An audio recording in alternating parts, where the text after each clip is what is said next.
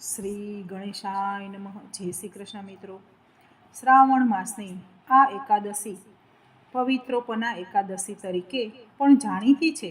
વર્ષ દરમિયાન આવતી અનેક મહત્વપૂર્ણ એકાદશી તિથિઓમાંથી એક છે આ શ્રાવણ માસની પુત્રદા એકાદશી.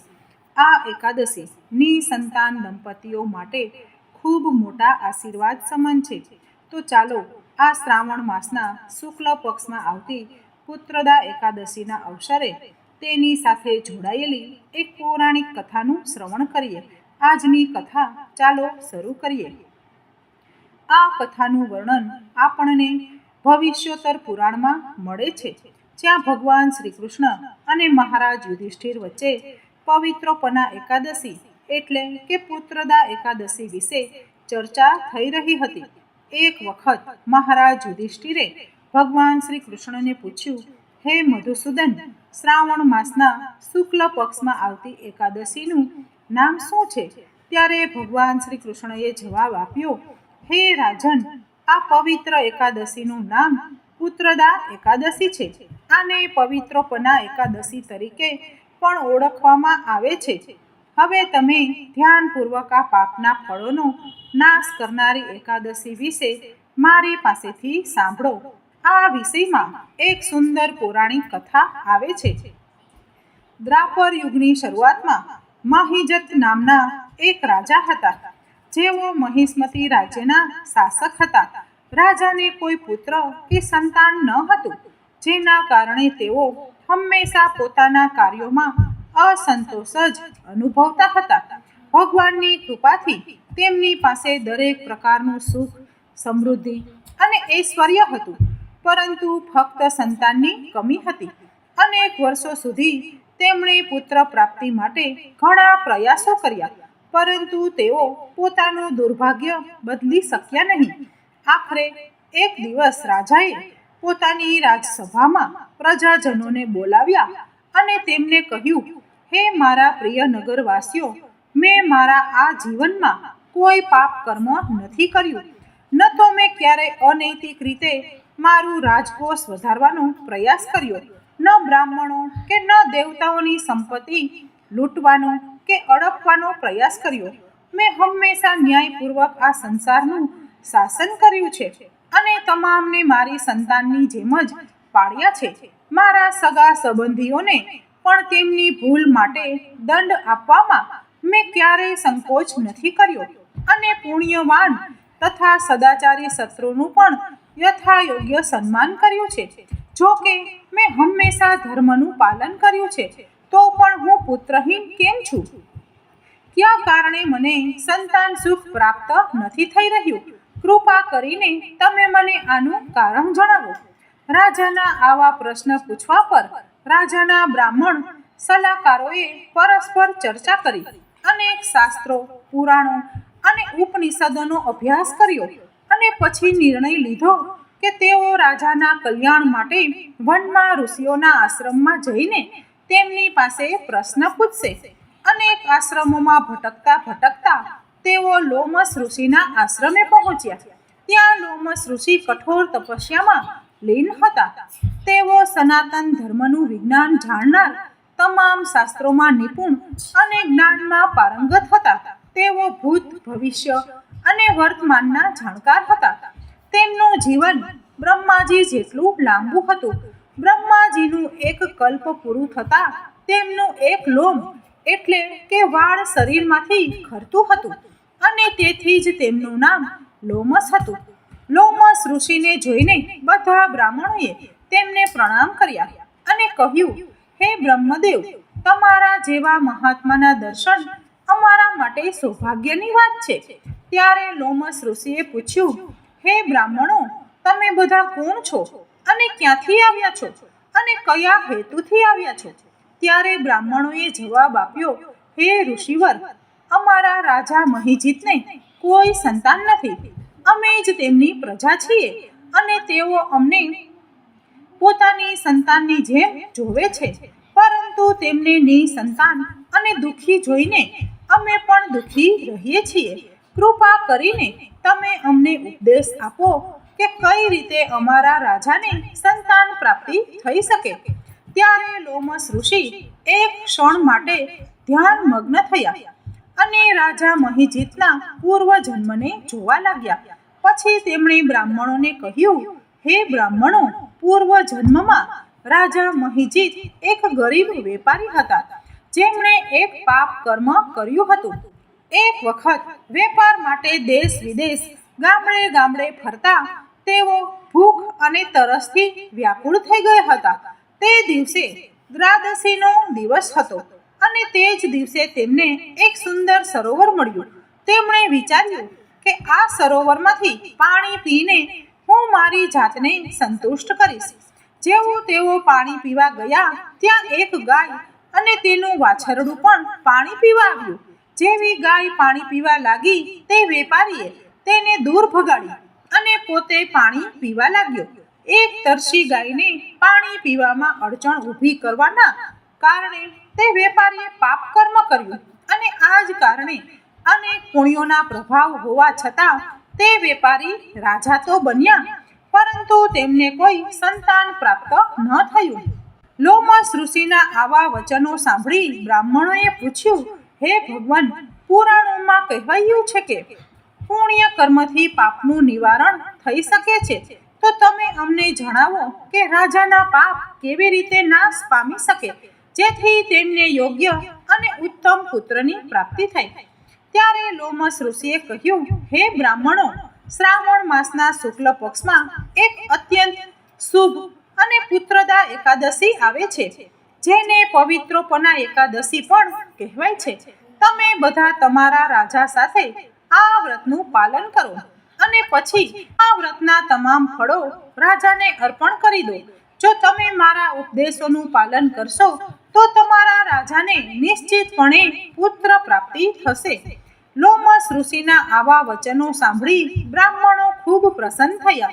તેઓ સંતુષ્ટ થયા અને ઋષિને પ્રણામ કરીને પોતાના રાજ્યમાં પાછા ફર્યા. પાછા આવીને તેમણે રાજા મહિજીતને લોમસ ઋષિના સંપૂર્ણ વચનો કહી સંભળાવ્યા અને આ સાંભળી રાજા ખૂબ પ્રસન્ન થયા.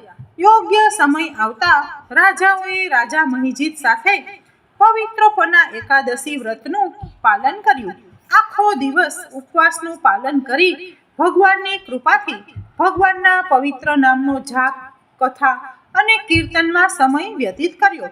રાત્રે જાગરણ કર્યું અને બીજા દિવસે દ્વાદશીએ તેમણે ઋષિના નિર્દેશ મુજબ તમામ પુણ્ય ફળ રાજાને અર્પણ કર્યા. આ પુણ્ય ફળના પ્રભાવથી રાજાની રાણી ગર્ભવતી થઈ અને થોડા સમય પછી તેમણે એક અત્યંત સુંદર અને તેજસ્વી પુત્રને જન્મ આપ્યો.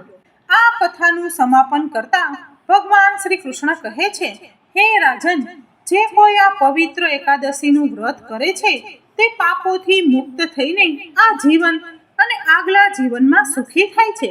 આ એકાદશીનું મહાત્મ્ય સાંભળનાર વ્યક્તિને પણ સંતાન સુખ પ્રાપ્ત થાય છે અને આગલા જન્મમાં ભગવત ધામની પ્રાપ્તિ થાય છે.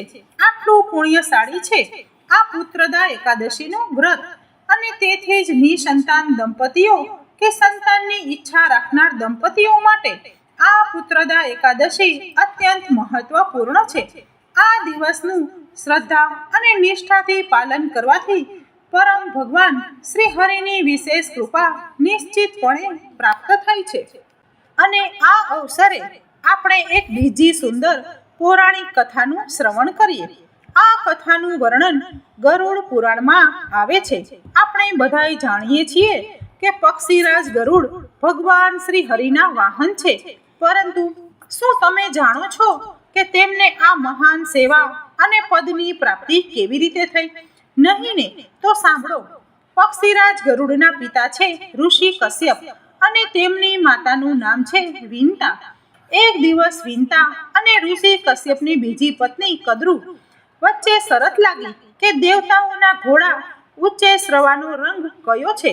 સ્વાભાવિક રીતે તેનો રંગ દૂધ જેવો શ્વેત હતો, પરંતુ કદ્રુએ કપટપૂર્વક વિંતાને કહ્યું કે તેની પૂંછનો રંગ કાળો છે. આ વાત પર બંને વચ્ચે શરત લાગી અને નક્કી થયું કે આ વાતની પુષ્ટિ કરવામાં આવે. અને જે હારશે તે બીજાનું દાસત્વ સ્વીકારશે. હવે જુઓ, કદ્રુએ ચાલાકીપૂર્વક શું કર્યું કે તેણે પોતાની તમામ સંતાનો જે સર્પ હતા તેમને તે ઘોડાની પૂંછ પર લપેટાઈ જવા કહ્યું, જેથી પૃષ્ટિ વખતે તેની પૂંછ ખરેખર કાળા રંગની દેખાય. પોતાની માતાની આજ્ઞા મળતા જ તમામ સર્પોએ આમ કર્યું અને પરિણામે ગરુડની માતા વિનતા આ શરત હારી ગઈ અને તેમને કદ્રુની દાસી બનીને રહેવું પડ્યું. આ વાતથી દુઃખી થઈને ગરુડે એક દિવસ નિર્ણય કર્યો કે તેઓ પોતાની માતાને આ દાસત્વમાંથી મુક્ત કરાવશે. તેથી તેમણે કદ્રુ પાસે જઈ પૂછ્યું કે પોતાની માતાને દાસત્વમાંથી મુક્ત કરવા માટે તે શું કિંમત ઈચ્છે છે. કદ્રુ પણ ચાલાક હતી. તે ઈચ્છતી હતી કે વિનતા હંમેશા તેની દાસી બનીને રહે. તેથી તેણે ગરુડને એક અશક્ય કાર્ય સોંપ્યું અને તે કાર્ય હતું દેવલોકમાંથી અમૃતનું કળશ લાવવાનું. ગરુડે પોતાના પિતાના માર્ગદર્શનમાં આ અશક્ય કાર્યને શક્ય બનાવવાનો નિર્ણય લીધો અને દેવલોકમાં જઈને અનેક સંઘર્ષો બાદ તેઓ તે અમૃત કળશને ધરતી પર લાવવામાં સફળ થયા અને આ રીતે તેમણે પોતાની માતા વિનતાને કદ્રુના દાસત્વમાંથી મુક્તિ અપાવી. જ્યારે ભગવાન શ્રી કૃષ્ણએ ગરુડના આ મહાન પરાક્રમ, અસાધારણ બુદ્ધિ, ચાતુર્ય અને વિનમ્રતા જોઈ ત્યારે તેમણે તેમને પોતાના વાહન બનવાનો પ્રસ્તાવ મૂક્યો. ગરુડ માટે આ અત્યંત સૌભાગ્યની વાત હતી અને તેમણે ખૂબ પ્રસન્નતાપૂર્વક આ સેવા સ્વીકારી. એક દિવસ ગરુડ અને ભગવાન શ્રી વિષ્ણુ વચ્ચે કેટલાક સંવાદ થઈ રહ્યા હતા. તે સમયે ગરુડે ભગવાન શ્રી હરિને પૂછ્યું, હે ભગવાન, મેં સાંભળ્યું છે કે બધા વ્રતોમાં એકાદશી તિથિ તમને સૌથી વધુ પ્રિય છે, પરંતુ ઘણી વખત આ એકાદશી તિથિના દિવસને લઈને અનેક ભ્રમ ફેલાયેલા હોય છે. તો આખરે કયા દિવસે તેનું પાલન કરવું જોઈએ? આ વિષયમાં હું જાણવા માંગુ છું.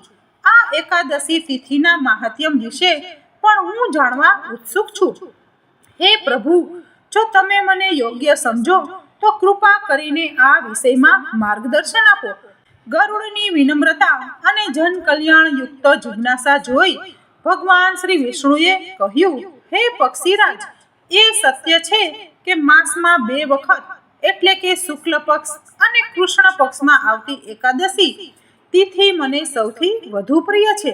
એક સમયે આ ધરતી પર મહાન રાજા માંધાતાએ આ એકાદશી વ્રતનું પાલન કરીને પુણ્ય અર્જિત કર્યું હતું અને તેના પરિણામે તેમને સમગ્ર પૃથ્વીનું એક ચક્રી સામ્રાજ્ય પ્રાપ્ત થયું હતું. તેથી દરેક વ્યક્તિએ પોતાના જીવનમાં પરમ લક્ષ્ય આધ્યાત્મિક ઉન્નતિ માટે આ એકાદશી વ્રતનું પાલન અવશ્ય કરવું જોઈએ. અને રહી વાત એકાદશી તિથિના ચોક્કસ પાલનના દિવસની, તો ધ્યાનપૂર્વક સાંભળો. એક સમયે ધૃતરાષ્ટ્રની પત્ની ગાંધારીએ 10મી વિદ્યા એકાદશીનું પાલન કર્યું હતું અને તેના ફળ સ્વરૂપે તેના બધા 100 પુત્રોનો વિનાશ તેના જીવનકાળમાં જ થઈ ગયો હતો. તેથી કોઈ પણ વ્યક્તિએ 10મી વિદ્યા એકાદશીનું પાલન ન કરવું જોઈએ. દ્વાદશી સાથે જ એકાદશી આવે છે. તે એકાદશી તિથિમાં ભગવાન શ્રી હરિનું સાનિધ્ય રહે છે, પરંતુ જે એકાદશી 10મી સાથે યુક્ત હોય તેમાં અસુરોનું સાનિધ્ય રહે છે. તેથી તેનું પાલન ન કરવું જોઈએ. આવા સમયે વ્યક્તિએ દ્વાદશીના દિવસે એકાદશીનું પાલન કરવું જોઈએ. જો એકાદશી તિથિ એક ક્ષણ પણ ગણનામાં રહે તો દ્વાદશી યુક્ત એકાદશીનું જ આ વ્રત ઉપાસ્ય છે. જો ક્યારેય એકાદશી, દ્વાદશી અને ખાસ કરીને ત્રયોદશી તિથિ પણ એક જ દિવસે આવી જાય તો આ ત્રણેય તિથિઓથી મિશ્રિત આ તિથિ વ્રત કરવા યોગ્ય હોય છે, કારણ કે આવી તિથિ માંગલિક અને તમામ પાપોનો નાશ કરવામાં સમર્થ હોય છે. પરંતુ 10મી યુક્ત એકાદશીનું વ્રત ક્યારેય ન કરવું જોઈએ. આવી જ પરમ મંગલકારી એકાદશી તિથિ એટલે શ્રાવણ માસના શુક્લ પક્ષમાં આવતી પવિત્રોપના એકાદશી છે. આ અત્યંત શુભ ફળ આપનારી એકાદશી તિથિનું શ્રદ્ધાપૂર્વક અને નિયમપૂર્વક પાલન કરીએ અને આપણા આધ્યાત્મિક જીવનમાં પ્રગતિનો માર્ગ પ્રશસ્ત કરીએ. મિત્રો, તમને મારો વિડીયો ગમ્યો હોય તો લાઈક અને તમારા મિત્રો સાથે શેર કરી દેજો અને મારી ચેનલમાં નવા હોય તો મારી ચેનલને સબસ્ક્રાઇબ કરી બેલ આઇકન પ્રેસ કરી દેજો, જેથી મારા આવનારા વિડીયોની માહિતી આપ સુધી તુરંત પહોંચે. જય શ્રી કૃષ્ણ મિત્રો.